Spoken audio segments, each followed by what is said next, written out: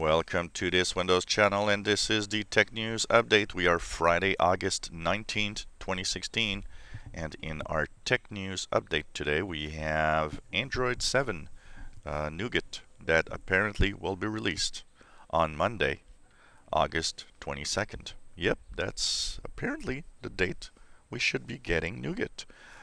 This comes from TELUS, the Canadian telecommunications company.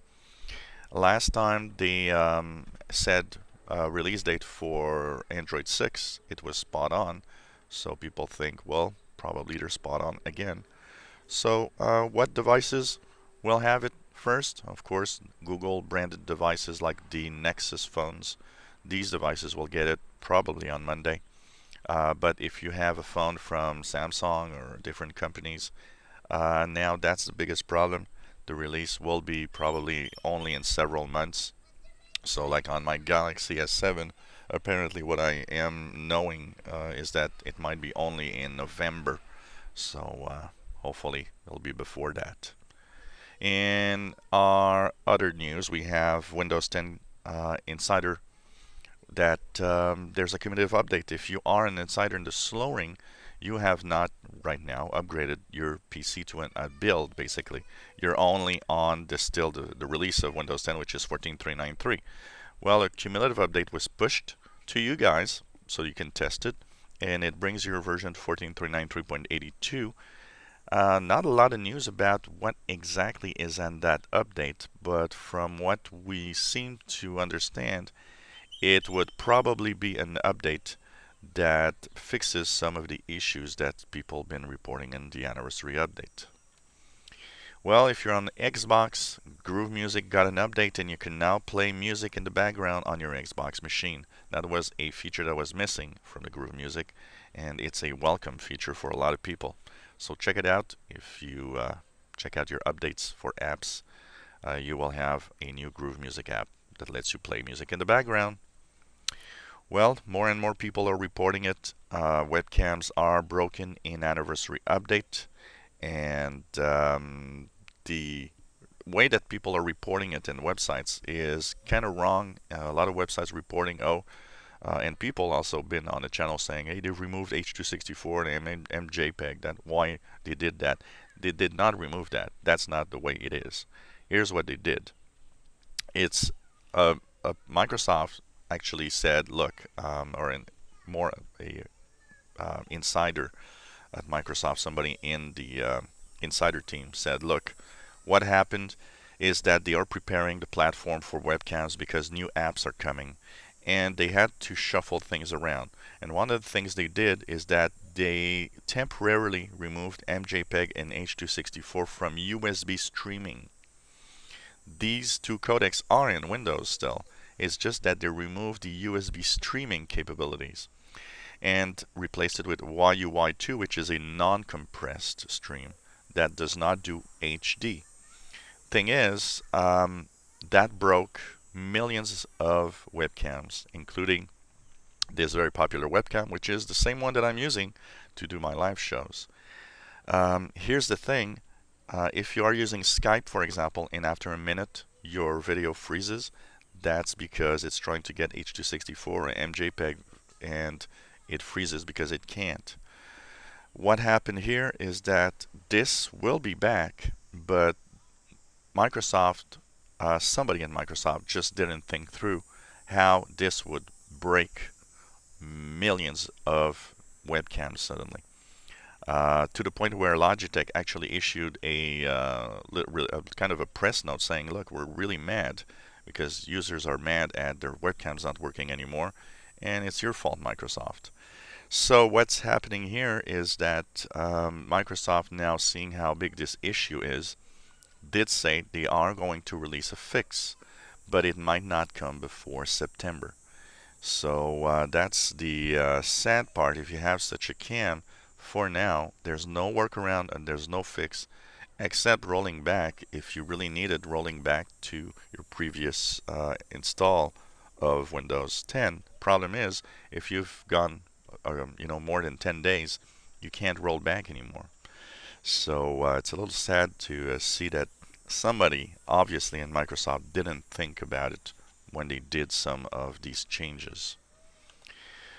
Well, it seems that more and more of the people that are looking at the internal development of the Apple Watch 2, which should be released this fall, are saying, well, I think this is going to be another watch to skip for now.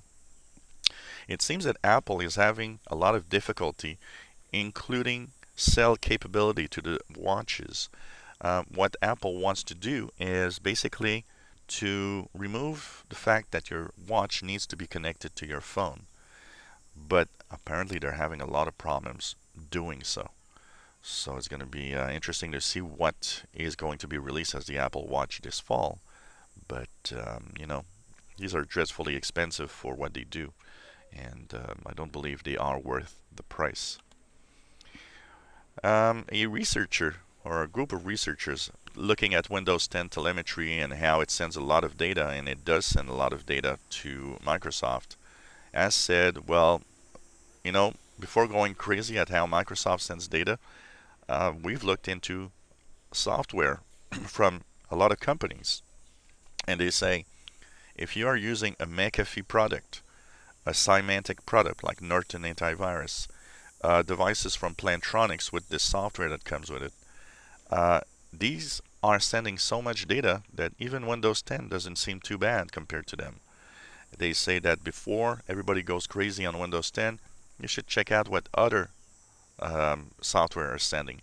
They also pointed out that Mac OS 10 and even some versions of Linux are sending out a tremendous amount of telemetry, and that before complaining saying only Microsoft is bad, you should check it out a little more in the details, basically, of what's happening.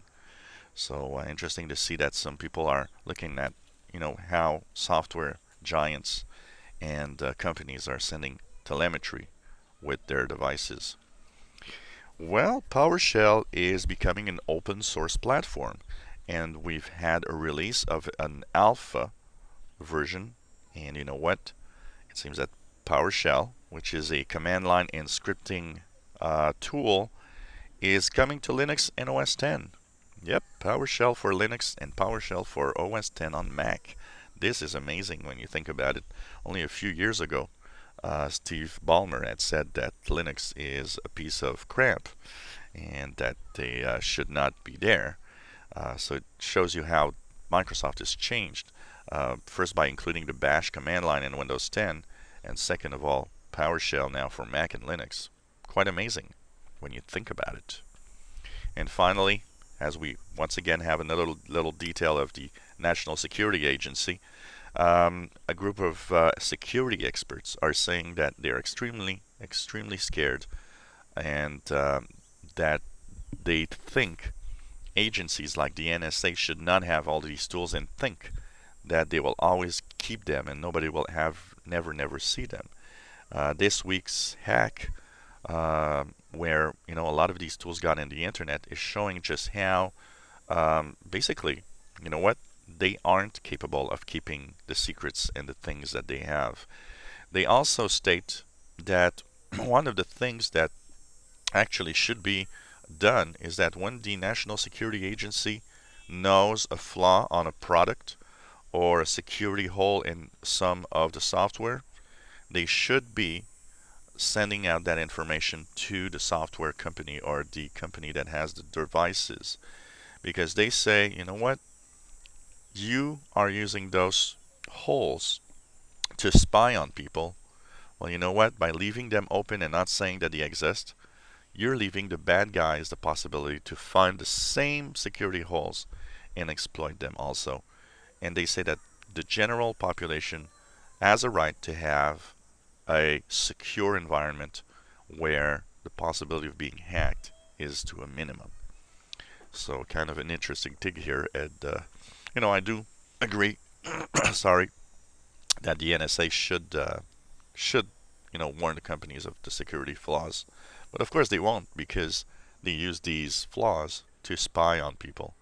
So kind of scary, that all the leaks here and all the information we're getting out of the NSA, tends to show us that basically we're being spied on everywhere, and there's nothing we can do about it, and that's pretty sad when you think about that.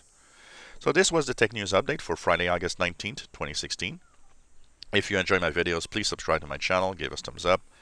If you have any comments, questions, suggestions, maybe a problem you want to share, why not let us know, and we'll try to help you if we can. And thank you so much for watching our channel.